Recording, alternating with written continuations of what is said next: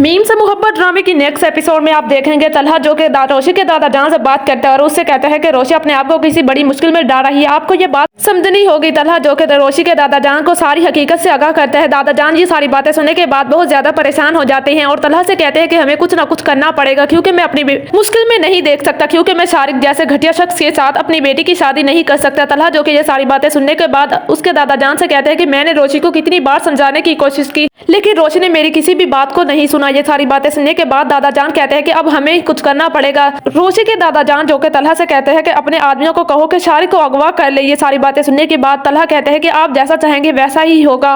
जब ये बात तलहा को पता चलती है कि शारिक अगवा हो गए हैं तो वो दादा जान को बताता है और कहते हैं कि हमारा काम हो गया। लेकिन वहीं पर दादा जान जो कि सुलेमान से कहते हैं कि क्या तुम्हें शारिक का कोई पता चला, लेकिन सुलेमान जो कि दादा जान से कहते हैं कि मुझे लगता है शारिक नहीं आएगा। लेकिन दादा जान जो कि ये सारी बातें सुनने के बाद जानबूझकर नाटक करते हैं और कहते हैं कि मुझे दिल का दौरा पड़ रहा है। लेकिन वहीं पर रोशी को अपने गले से लगाते हैं और रोशी से कहते हैं कि मैं ये चाहता हूँ कि तुम मेरी एक बात मान लो क्योंकि मैं तुम्हारी शादी तलहा से करना चाहता हूँ।